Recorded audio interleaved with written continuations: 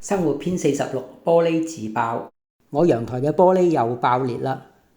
我哋當時坐喺飯廳，忽然無端端有嘭一聲，望去陽台就見到呢塊玻璃無端端咁碎裂咗，係唔覺得有硬物撞擊過嘅。今次已經係第二次爆玻璃啦。其實幾個月前臨天光，我太太就已經瞓醒，亦都聽到嘭一聲。天光之後就發現呢塊玻璃係爆裂咗。嗰次我哋用膠紙井字形咁黐住玻璃，怕碎片會跌落嚟，係有啲危險。結果其實係唔會嘅。原來呢啲向街嘅玻璃係有3層結構，兩塊玻璃中間夾住一層膠，碎裂之後碎片係會黐住嘅，係唔會甩出嚟嘅。有咗嗰次經驗，今次碎玻璃我就唔再黐膠紙。中間係經歷咗一場打風，一粒碎片都冇甩出嚟。我老婆當然就揾玻璃師傅嚟維修換玻璃啦。師傅嚟度尺訂玻璃，貨到之後今日就嚟換玻璃啦。呢一塊就係新嘅玻璃。更換玻璃第一步係先要拆走舊玻璃。玻璃其實係用玻璃膠鑲喺鐵框上面嘅，所以師傅要拆玻璃，首先係要用刀界開啲玻璃膠。玻璃膠界開咗，就要移走塊玻璃。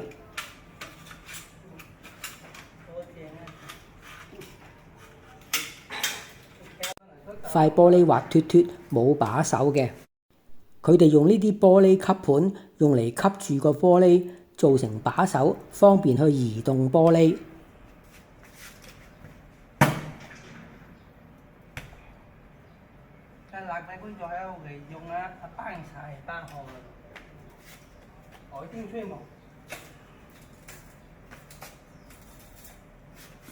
咁樣塊舊玻璃就移走咗啦。移走舊玻璃，剩翻個鐵框就係咁樣嘅。師傅仍然要刮走舊玻璃膠嘅殘跡，以便稍後擠啲新玻璃膠上去。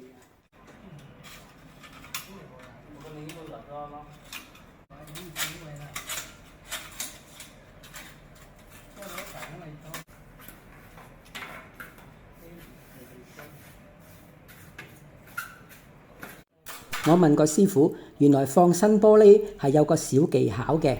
玻璃係唔適宜直接放喺鐵框上面，因為玻璃係硬嘅，鐵框都係硬嘅，硬碰硬就好容易造成玻璃破裂。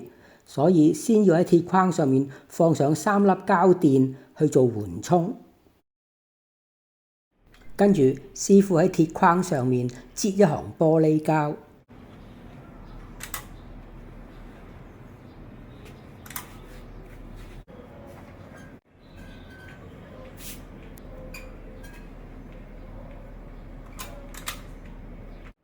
師傅放新玻璃上去。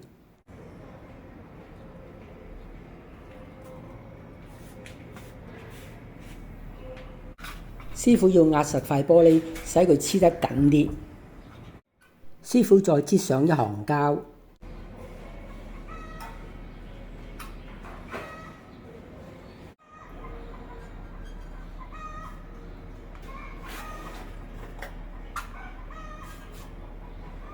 另一方面，又黐上膠布輔助固定一下。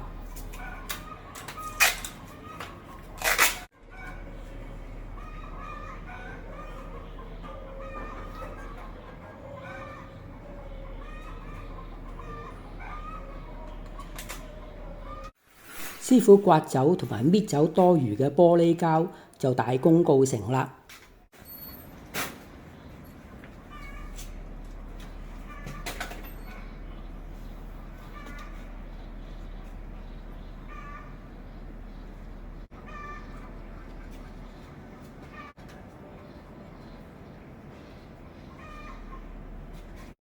膠布喺24小時之後，等玻璃膠硬化之後呢，就可以撕走啦。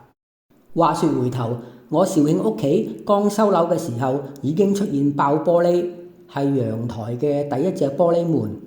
3年前仍然係疫情期間，我係未能夠去肇慶嘅，我係聘請咗 V 家公司幫我收樓同埋驗樓。V 家嘅職員 Jessie 小姐通知我，安排咗驗樓師今日到貴單位驗房。剛進來嘅時候就睇見客廳推拉門有爆裂嘅現象，跟住 Jessie 小姐就幫我去揾管家去追究同埋處理。1個月之後，玻璃就已經換好啦。1年之後，我已經可以親身去肇慶嗰度收樓同埋處理裝修嘅事。返到屋企一開門就發現另一塊玻璃門又碎裂，我立即通知管家小華去處理。因為嗰個時候仍然係收樓之後嘅保修期之內，點知到第2日嘅下晝，管家小華就發信息同埋圖片，說明玻璃已經更換好啦。我返到屋企睇睇，原來真係做好咗啦。咁樣嘅好人好事，我立即喺業主群之中公開表揚一下。我係咁樣講嘅：昨日下午返到湖岸屋企，發現陽台第一塊玻璃碎咗。我當然好懊惱啊！立即向小華發相片同埋求援嘅信息，申請維修更換玻璃。小華回覆話會安排訂製玻璃同埋更換。點知今日下晝4點，我身在端州嘅時候，睇見佢3點已經向我發出信息，玻璃已經更換咗。我返屋企睇，果然係真嘅，地上連一粒玻璃碎都冇，好似咩都冇發生過一樣。香港人辦事向來效率好高，我身為香港人，仲係第一次體驗呢種中國嘅速度。小華及其團隊超讚，國家以你們為榮。分享完我4次爆玻璃嘅經歷，我就諗翻覺得呢啲事好奇怪，因為我喺香港生活咗幾十年，好少遇到爆玻璃呢一樣嘢嘅。我自己屋企未試過，我工作嘅地方都冇試過。我當然喺香港偶然見過爆玻璃啦，但係通常都係因為有啲硬物撞擊所引致嘅，就未聽過話會無端端會爆玻璃嘅。我喺網上查一查，發現原來玻璃真係會自爆嘅。鋼化玻璃係自爆案例之中最常見嘅類型。點解係鋼化玻璃呢？鋼化玻璃有優點嘅，就係鋼化玻璃係通過熱處理嘅工藝，使到佢嘅強度比普通玻璃高3至5倍，並且破碎之後會形成顆粒狀嘅小碎片，唔容易造成嚴重割傷，安全性高。佢有缺點嘅，正係因為佢內部存住巨大嘅永久應力，一旦有硫化鎳雜質或者應力不均，就好容易破壞呢種平衡，導致整體粉碎。根據行業標準，鋼化玻璃存在一個3%左右嘅自爆率，呢一個係一個被廣泛認可嘅客觀概率。普通平板玻璃亦都會自爆，但係概率遠低於鋼化玻璃。佢嘅破裂通常更傾向於單條嘅裂縫，而唔係整體嘅粉碎。主要原因係熱應力或者安裝不當。我所遇到嘅爆玻璃應該就係夾層玻璃。係由2片或者多片玻璃中間夾住一層或者多層聚合物中間膜去構成嘅。即使玻璃層破裂，碎片都會黏附喺中間膜上面，唔會墜落傷人，大大提高咗安全性。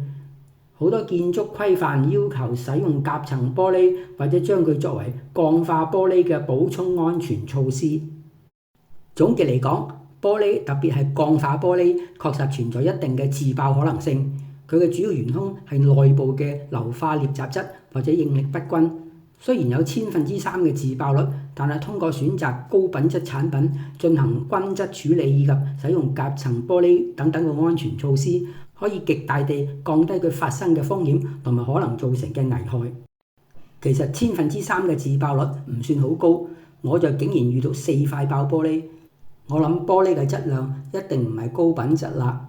多謝各位觀賞，如果你覺得我嘅製作可以，請點讚同訂閱啦。你嘅點讚同訂閱係我最大嘅鼓勵。